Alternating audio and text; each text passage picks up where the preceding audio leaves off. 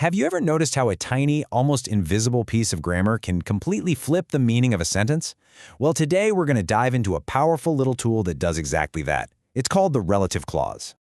Okay, let's start with a little puzzle. Take a look at these two sentences. In the first one, it's pretty simple. A few guests are waiting, and oh, by the way, their cars are parked outside. It's just an extra detail. But in the second one, things are way more specific. It's not just any guests complaining. It is only the guests whose rooms got broken into. And what's wild is that these sentences are almost identical. The only difference? A couple of commas.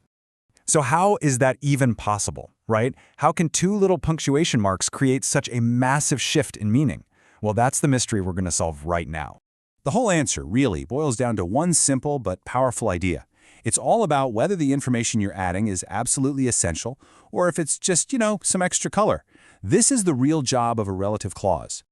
First up, we've got the defining clause. Think of this as the crucial, need-to-know info. It defines exactly who or what you're talking about. So, in our example, whose rooms had been broken into is a defining clause. It answers the question, okay, but which guests complained? It specifies that it's those particular guests. If you take that phrase away, the whole point is lost. And you'll notice there are no commas in sight. And then you've got the flip side, the non-defining clause. This is your nice-to-know extra info. In that first sentence, whose cars were parked outside is a non-defining clause. It just adds a bit of flavor. You could literally erase that phrase, and the main sentence, several guests were waiting, still makes perfect sense. These guys are always tucked away inside commas, almost like little brackets for bonus facts. Okay, this is a great little cheat sheet. You might even want to screenshot this one. It really lays it all out. Defining clauses, they give you essential info, have no commas, and you can often use the word that. Non-defining clauses, they're for extra info, always use commas, and you can never use that. We're going to get to that omit pronoun part in just a bit, but for now, the main thing to remember is this. Commas mean extra info, and no commas means it's essential. Simple as that. All right, so now that we know the two many types of clauses, let's talk about the actual tools you use to build them. These are the relative pronouns, and each one has a specific job to do. So here's your basic toolkit. It's pretty straightforward, really. You use who for people, which for things, and whose to show something belongs to someone. Where is for places, and when is for times. And then there's that. It's like the jack of all trades. It can work for people or things, but, and this is key, only in those essential, no comma defining clauses. Let's look at this in action. The first sentence, which was already an hour late, is just extra information, right? It's inside commas, so you have to use which. Using that here would just be wrong. But in the second sentence, that hadn't been sold is totally essential. It tells us which painting. In this case, that is super common and sounds a lot more natural in everyday speech. Now, let's tackle the big one. Who versus whom. This is a role that trips up so many people. Technically, whom is what you're supposed to use when the person is the object of the verb. But honestly, it's become really formal.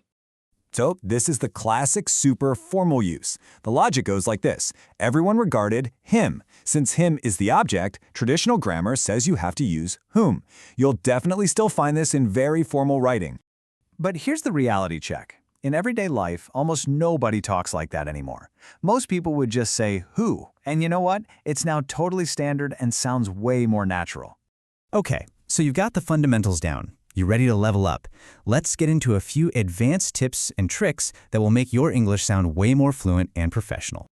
So pro tip number 1 is all about knowing when to just not say anything at all. It sounds weird, but sometimes the slickest sentence is the one where you just drop the relative pronoun completely. It makes you sound cleaner and more direct, but you can only do it in a very specific situation. So here's the simple test. First, the clause has to be a defining one. Essential information, no commas. Second, the pronoun has to be the object, not the subject.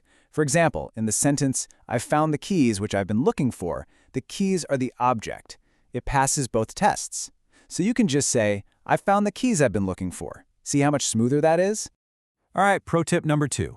I am willing to bet that at some point a teacher told you never ever end a sentence with a preposition. Well, I'm here to tell you that when it comes to defining relative clauses, that rule just doesn't apply. In fact, it's a totally normal part of modern English. I mean, just listen to how natural these sound. That's the house I used to live in. Everyone talks like that. The super formal version, that's the house in which I used to live, just sounds kind of stiff and unnatural, doesn't it?